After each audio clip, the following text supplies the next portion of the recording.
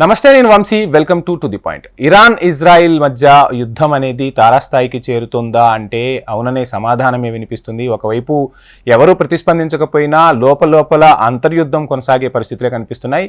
ఇజ్రాయిల్పై Iran పిడుగు అంటూ ఇప్పుడు వార్త అయితే హల్చల్ చేస్తూ ఉంది. అసలు ఏం జరిగింది ఏంటి అనేది మనం ఒకసారి తెలుసుకునే ప్రయత్నం చేద్దాం. ప్రపంచంలో మెరుగైన గగనతల రక్షణ వ్యవస్థల్లో S-300 అనేది చాలా మందికి తెలిసిన విషయమే. ఎలాంటి క్షిపణినైనా పసిగట్టి కూల్చేయగల సామర్థ్యం దీని సొంతం అంటారు.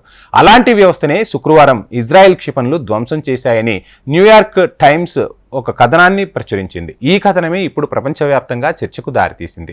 ఇదే వాస్తవమైతే ఇరాన్ అణుకేంద్రాల భద్రత ఇక ప్రశ్నార్థకంగా మారే అవకాశాలైతే స్పష్టంగా కనిపిస్తున్నాయి. ఎందుకంటే ఇరాన్ అణుకేంద్రాలకు S-300లే కాపలా. రాడార్ వ్యవస్థకే దొరకకుండా ఇజ్రాయెల్ క్షిపణి ప్రయోగించిందని, అది అణుకేంద్రానికి కాపలాగా ఉన్న S-1800 వ్యవస్థను ధ్వంసం చేసిందని చెబుతున్నారు. రాడార్లకు దొరకకుండా ఇరాన్లోని ఏ లక్ష్యాన్నైనా ఛేదించగల సామర్థ్యం తమ సొంతమని టెల్ అవీవ్ నిరూపించుకుందని రక్షణ రంగ నిపుణులైతే అంచనా వేస్తున్నారు. ఈ క్షిపణిని యుద్ధ విమానం నుంచి ప్రయోగించినట్లు కూడా తెలుస్తుంది.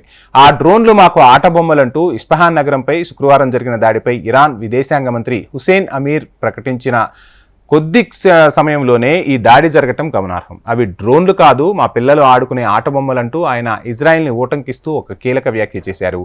ఆ వ్యాఖ్యలకు ఇజ్రాయెల్ తమ ప్రతీకారం ఎలా ఉంటుందో చేసి చూపించింది. తమ ప్రయోజనాలను దెబ్బతీసేలా ఇజ్రాయెల్ వ్యవహరిస్తే పరిణామాలు తీవ్రంగా ఉంటాయని కూడా ఇటు ఇరాన్ హెచ్చరిస్తోంది.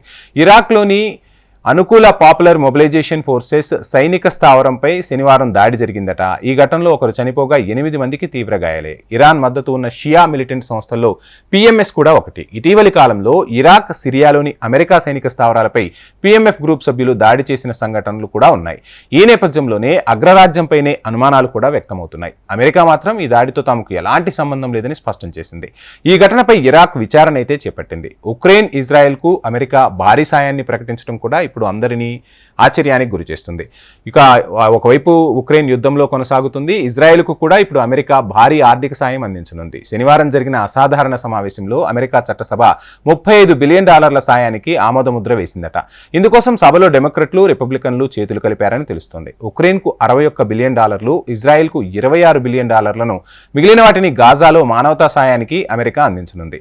రాఫాపై కూడా దాడులు జరిగాయి. 9 మంది మృతి చెందారట. అమెరికా వద్దంటున్న రాఫా నగరంపై ఇజ్రాయెల్ దాడులైతే ప్రారంభించింది. శుక్రవారం రాత్రి జరిపిన వైమానిక దాడుల్లో 9 మంది మృతి చెందారట.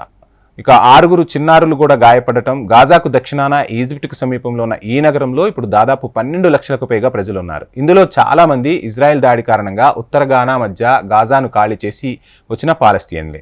ఈ నగరంపై దాడి చేస్తే అతిపెద్ద మానవ సంక్షోభం ఏర్పడుతుందని అమెరికా, బ్రిటన్ సహా పలు దేశాలు భయపడుతున్నాయి. అయినా ఇజ్రాయెల్ మాత్రం వెనక్కి తగ్గడం లేదు. ఇజ్రాయెల్ కూడా ఇక్కడ ఆలోచించాలి.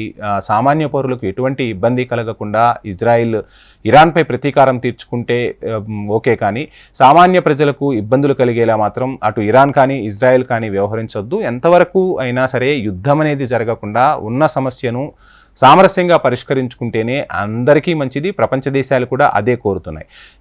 ఇక ఈ 2 దేశాలు కూడా యుద్ధ సమస్యను ఎంత త్వరగా పరిష్కరించుకుంటే అంత మంచిదని అంతర్జాతీయ నిపుణులు చెప్తున్నారు. ఇది ఇవాల్టి to the point. Please subscribe HM TV.